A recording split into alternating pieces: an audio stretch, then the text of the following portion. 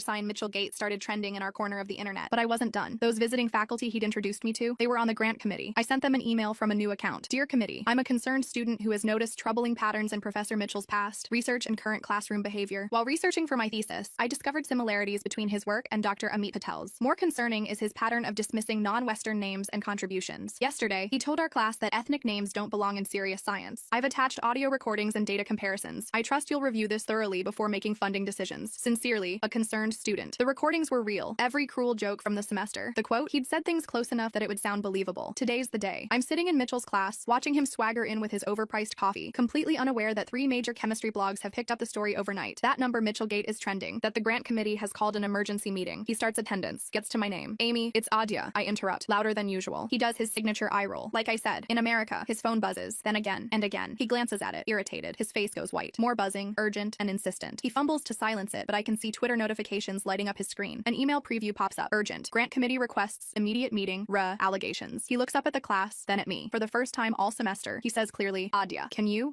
come see me after class? I shook my head slowly. I have another class right after this one. He opened his mouth, closed it, then tried again. His voice cracked slightly. Please, it's important. The entire class was watching now. Phones out. Probably already checking Twitter. Someone in the back row whispered something about Mitchell trending. His hands trembled as he set down his coffee cup, missing the desk edge. Brown liquid splashed across his lecture notes. He abandoned the attendance sheet entirely, turning to face the whiteboard. His usual confident strokes were replaced by shaky lines as he attempted to draw a benzene ring. It came out lopsided. He erased it, tried again. Worse. His phone continued its relentless buzzing from where he'd shoved it in his pocket. A student in the front row raised her hand. Professor, are we reviewing for the midterm today? Mitchell stared at her like she'd spoken in a foreign language. Then he seemed to remember where he was. Yes, right, the midterm. He fumbled through his notes, dropping several pages. As he bent to retrieve them, his phone fell out. Screen up. Multiple missed calls from the department chair. Text reviews about emergency meetings and media inquiries. He straightened up, papers crumpled in his fist. His face had gone from white to an alarming shade of red. Actually, we're ending early today. Family emergency. Nobody moved. We all knew there was no family emergency. I said class is dismissed. His voice cracked on the last word. Students began gathering their things slowly, whispering, phones out. I stayed seated, taking my time packing my bag. Mitchell's eyes kept darting to me, then away, then back again. The classroom emptied until it was just us. He approached my desk cautiously, like I might bite. Adia. He pronounced it correctly. Perfectly. We need to talk. I stood, shouldering my bag. I really do have biochemistry in 10 minutes. This is about your future in this program. His voice had lost all its usual arrogance. About your allegations. I tilted my head. What allegations? His jaw clenched. Don't play games. I know it was you. The Twitter account. The email to the committee. I don't know what you're talking about. I moved toward the door. He stepped in front of me. Not threatening, just desperate. I've worked here for 23 years. Built my entire career. You can't destroy someone over a few jokes. Jokes? I kept my voice level. Like when you told the Harvard faculty I had a communication barrier? I was trying to help you. Make you more palatable. Like you made yourself more palatable? When you dropped Sullivan Kowalski? He flinched like I'd slapped him. How did you? Public records are fascinating. I stepped around him. I really need to get to class. Wait. He grabbed my arm. Not hard, but enough to stop me. What do you want? An apology? I'll apologize. In front of the whole class. I looked down at his hand on my arm. He let go immediately, stepping back. I'll fix your grades, he continued, words tumbling out. Give you the recommendation letter of a lifetime. Whatever you need for med school. My grades are already perfect. I reached for the door handle. And I don't want to go to med school. I'm going into research, like Dr. Patel. His face went white again. You've been in contact with Patel? I smiled. Have a good day, Professor Mitchell. I left him standing there, his phone buzzing incessantly. In the hallway, clusters of students were huddled around phones, reading aloud from chemistry blogs. Someone had already updated Mitchell's Wikipedia page. My phone vibrated. Mom calling. I let it go to voicemail, knowing she'd probably seen something online. Dad would be calling next, then my sister. The family group chat would be exploding with questions and concerns. I ducked into the bathroom to avoid the crowds. My hands were shaking now that the adrenaline was wearing off. In the mirror, I looked exactly the same as I had this morning, but everything had changed. I'd lit a fuse that couldn't be unlit. I wonder what Mitchell's really thinking as his whole world starts falling apart in real time. There's something strange about how quickly he goes from his usual mean jokes to complete panic when those notifications start coming in. Makes me curious if he already suspected someone might dig into his past work someday. My phone buzzed again. This time, an email from the department chair. Ms. Patel, please come to my office immediately regarding urgent matters concerning Professor Mitchell's class. I stared at the email. She'd used the wrong last name. My last name was Sharma, not Patel. Even the department chair couldn't keep her Indian students straight. Another email popped up, this one from an unknown address. I know what you did. Be careful. A friend. My stomach dropped. Someone else knew. Someone who wasn't Mitchell. I splashed cold water on my face, trying to think. The plan had been perfect. Anonymous. Untraceable. I'd used VPNs, throwaway emails, public computers at the library, but someone had connected the dots. My phone rang again. Unknown number. I almost didn't answer, but curiosity won. Adia Sharma? A woman's voice. Professional and clipped. Yes? This is Dr. Patricia from the Office of Academic Integrity. We need to discuss some serious allegations that have been brought to our attention. Can you come to Administration Building, room 302, within the hour? My mouth went dry. Allegations against me? We'll discuss everything when you arrive. Please don't speak to anyone about this matter until we've met. She hung up before I could respond. I leaned against the bathroom wall, mind racing. This wasn't part of the plan. Academic Integrity investigated cheating, plagiarism, misconduct. What could they possibly have on me? My phone buzzed with a text from an unknown number. Check your email. A friend. The same sign-off as before. I opened my email with trembling fingers. A new message with no subject line, just an attachment. A PDF of my anonymous Twitter account data. IP addresses circled in red. Timestamps matching the library computers I'd used. Security camera stills showing me at those computers at those exact times. Another text. Mitchell's not the only one who knows how to research. Delete everything and walk away, or this goes to the committee too. I stared at the evidence. Someone had been watching me, tracking me. Someone who cared enough about Mitchell to protect him, or someone who had their own agenda entirely. The bathroom door swung open. 3 girls from my organic chemistry class walked in, stopping mid-conversation when they saw me. "Oh my god, Adya," one of them exclaimed. "Did you see what's happening? Mitchell's whole career is imploding. Someone found out he stole research from some Indian professor years ago." I forced a neutral expression. "Really? It's all over academic Twitter. They're calling for his resignation. The grant committee already announced they're suspending his application pending investigation." She leaned in conspiratorially. "I heard he tried to blame a student for fabricating evidence. Can you imagine?" My phone buzzed. Mom again. Then Dad. Then a text from my sister. "What did you do?" "I have to go," I mumbled, pushing past them. The walk to the administration building felt like miles. Every student I passed seemed to be talking about Mitchell. Someone had started a petition calling for his removal. Another group was defending him, saying cancel culture had gone too far. My name hadn't surfaced yet, but it was only a matter of time. The Office of Academic Integrity was on the 3rd floor, tucked away from the main administrative offices. I'd never been there before, never had reason to. The waiting room was empty, except for a secretary who barely glanced up. "Adya Sharma, I have an appointment with Dr. Chen." She nodded toward a door. "She's waiting." Dr. Chen's office was smaller than I expected, cramped with filing cabinets and stacks of papers. She was younger than her voice suggested, maybe early 40s, with sharp eyes behind wire-rimmed glasses. "Sit." She gestured to a chair across from her desk. "Do you know why you're here?" I shook my head, trying to project innocence. She opened a folder, spreading out papers, printouts of tweets, emailed timestamps, and there, on top, a photo of me at the library computer. "We received an anonymous tip this morning," she said, "along with quite comprehensive evidence of cyber harassment, defamation, and academic sabotage." "I don't understand." She leaned back, studying me. "You're an exceptional student, Ms. Sharma. Perfect grades, glowing recommendations from every professor, except one." I stayed silent. "Professor Mitchell filed a formal complaint an hour ago. He claims you've orchestrated a campaign to destroy his career over a personal vendetta. He has evidence." "What kind of evidence?" She tapped the papers. "These, for starters. But more concerning is his claim that you fabricated the research similarities between his work and Dr. Patel's. He says you digitally altered documents to create the appearance of plagiarism where none existed." My stomach churned. "That's not true. The similarities are real. Anyone can verify them. Perhaps. But Mitchell has produced original lab notebooks from 1998 that show independent research. He also has correspondence with Dr. Patel from that time period, showing they were aware of each other's work and had agreed to parallel publication." I stared at her. "Those have to be fake. That's a serious accusation." "So is claiming I fabricated evidence." She held up a hand. "I'm not here to determine guilt or innocence today. I'm here to inform you that a formal investigation has been opened. You're suspended from Professor Mitchell's class pending the outcome. You're also prohibited from contacting him, posting about him online, or discussing this matter with other students. But the midterm is next week. Alternative arrangements will be made." She slid a paper across the desk. "This is a formal notice of investigation. You have the right to respond in writing within 7 days. You may also request a hearing before the Academic Integrity Board." I read the notice, words blurring together. Academic sabotage, cyber harassment, potential consequences ranging from probation to expulsion. "This is insane," I whispered. Dr. Chen's expression softened slightly. "Ms. Sharma, I've seen many cases over the years. Students who felt wronged and took matters into their own hands. It rarely ends well. He mocked my name for months, made racist comments, humiliated me in front of visiting faculty. Did you file a formal complaint?" I shook my head. "Did you speak to the department chair, the diversity office, anyone in administration?" "Number, then you have no documented evidence of harassment. Meanwhile, Professor Mitchell has extensive documentation of what he claims is your campaign against him." She leaned forward. "My advice? Get a lawyer. Document everything from this point forward. And whatever you do, don't make this worse." I left her office in a daze. The hallway was crowded now, students moving between classes, normal university life continuing while mine imploded. My phone had dozens of messages. I ignored them all, heading for the one place I could think clearly, the chemistry library. It was quiet there, mostly graduate students hunched over research papers. I found a corner table and tried to process what had just happened. Mitchell had flipped the script, turned predator into prey. But how had he gotten those lab notebooks? The correspondence with Patel? And who was my friend who'd been tracking me? I pulled out my laptop, then hesitated. Everything I did online could be monitored now, used against me, but I needed information. I searched for Dr. Amit Patel, finding his faculty page at a university in California. His research interests aligned with Mitchell's early work, but when I tried to access his publications from 1997, they were behind paywalls or missing entirely. Adya? I looked up to find Benji Smalls, a graduate student who TA'd for one of my labs. He was carrying a stack of journals, looking concerned. "Hey," I managed. He sat down uninvited. "I heard about Mitchell's class being canceled. Everyone's talking about what's happening to him." He paused. "Are you okay?" "You look." "I'm fine." He studied me. "You know, I was Mitchell's TA 3 years ago, before I switched advisors." Something in his tone made me look up. "Why did you switch?" He glanced around, then leaned closer. "Let's just say Mitchell has a history of issues with students who don't fit his idea of what a chemist should look like." "What kind of issues?" "The kind that get buried when students don't want to risk their careers." He pulled out one of the journals, flipping to a marked page. "I've been researching Mitchell's early work for my dissertation, found some interesting discrepancies." He showed me a paper. Mitchell's name was listed as first author, but the methodology section mentioned techniques that weren't standard in American labs at the time. Techniques that were, however, common in South Asian research institutions. "I think your Twitter friend might have been onto something," Benji said quietly, "but proving academic misconduct from 25 years ago? Nearly impossible, especially when the accused has tenure and grant money. What if he's still doing it?" Benji's eyes widened. "What do you mean?" I thought about the graduate students in Mitchell's lab, how they always seemed overworked and underappreciated, how their names appeared in acknowledgements, but rarely as co-authors. Nothing, I said quickly, just thinking out loud. He nodded slowly. Be careful, Adya. Mitchell's been here a long time. He has friends in high places, and when cornered, he can be dangerous. I was going to say creative. He stood up. If you need anything, my office is in the graduate suite, 3rd floor. After he left, I sat there thinking. Mitchell had played this game longer than I'd been alive. He knew how to protect himself, how to turn accusations around, but he'd also made enemies over the years. Students like Benji who'd been burned, faculty who'd been overlooked, staff who'd been dismissed. My phone buzzed. Another unknown number. How did Mitchell get those old lab notebooks from 1998 so fast? That's really strange that he just happened to have proof ready to go. I almost ignored it, but something made me answer. Ms. Sharma, an older male voice, slightly accented. This is Dr. Amit Patel. I believe we need to talk about Richard Mitchell. I gripped the phone tighter, my pulse racing. Dr. Patel's timing couldn't be coincidence. How did you get my number? I asked. He chuckled softly. Academic circles are smaller than you think, Ms. Sharma. I've been following the situation with Richard since this morning. A colleague forwarded me the Twitter thread. I moved to a more secluded corner of the library, keeping my voice low. I don't know what you're talking about. Of course not, he said, and I could hear the smile in his voice. But hypothetically, if someone were to expose Richard's borrowing of my work, I would want them to know they have my full support. My heart hammered. Hypothetically. I've kept copies of everything from 1997. Original data, lab notebooks, even correspondence where Richard asked very specific questions about my methodology. I never pursued it back then. Young professor, new to America, didn't want to make waves. He paused. But I'm not young anymore, and I'm tired of men like Richard succeeding on the backs of others. Why are you telling me this? Because I received a call an hour ago from Richard himself, first time in 20 years. He wanted to know if I still had my old research materials, said there had been a misunderstanding about our work, and he needed my help clearing it up. My stomach sank. Mitchell was trying to cover his tracks. What did you tell him? That I'd check my storage unit and get back to him. But Ms. Sharma, I think you should know he sounded desperate, and desperate men do dangerous things. After we hung up, I sat there processing. Mitchell was scrambling, trying to rewrite history, but now I had an ally, someone with actual evidence. The question was how to use it when I was under investigation myself. My phone buzzed with a text from Mom. Come home. Now. The drive to my parents' house took 40 minutes, each mile heavy with dread. I found them in the kitchen, Dad pacing while Mom sat at the table with her laptop open. Sit, Mom commanded, her voice sharp with worry. I sank into a chair as she turned the laptop toward me. My stomach dropped. There on the screen was a blog post, The Dangers of False Accusations in Academia, a case study. The author was anonymous, but I recognized Mitchell's writing style immediately. The post detailed how a vindictive student had launched a coordinated attack against a respected professor using fabricated evidence and cyber terrorism. While no names were mentioned, anyone following academic Twitter would connect the dots. Is this about you? Dad's voice was quiet, controlled. I nodded, unable to speak. Did you do what he's claiming? Mom asked. I exposed his hypocrisy, his plagiarism. All of it was true. Dad stopped pacing. But did you do it anonymously? Online? Yes. Mom closed her eyes. Adya, Beta, what were you thinking? He mocked my name, our name, made me feel small for being proud of my heritage. The words burst out. And he stole from Dr. Patel, another Indian researcher, built his whole career on it. And now he's building a case against you, Dad said. This blog post, it's laying groundwork, making you the villain before your name even comes out. Mom pulled up another tab. Look at the comments. Other professors defending him, calling for the student to be expelled. I scanned the comments, my heart sinking. Mitchell had mobilized his network, colleagues from conferences, former students now in positions of power, all rallying to his defense. There's more, Mom said quietly. She showed me Mitchell's faculty page. A new statement had been posted. Due to recent harassment and false allegations, I will be taking a medical leave of absence. I have full confidence that the truth will prevail. Medical leave. He was playing the victim perfectly. You need to tell us everything, Dad said. Every detail. We're going to need a lawyer. I spent the next hour walking them through everything. The recordings, the research, the Twitter account, the emails. Mom took notes while Dad asked pointed questions. When I finished, they exchanged a look I'd seen before, the one they used when making big decisions. The chemistry department head called the house. Mom said finally, left a message. Says you missed a mandatory meeting. I checked my phone. 3 missed calls from the department, 2 from Dr. Chen, and a dozen texts from classmates. The news was spreading. I should go back, I said.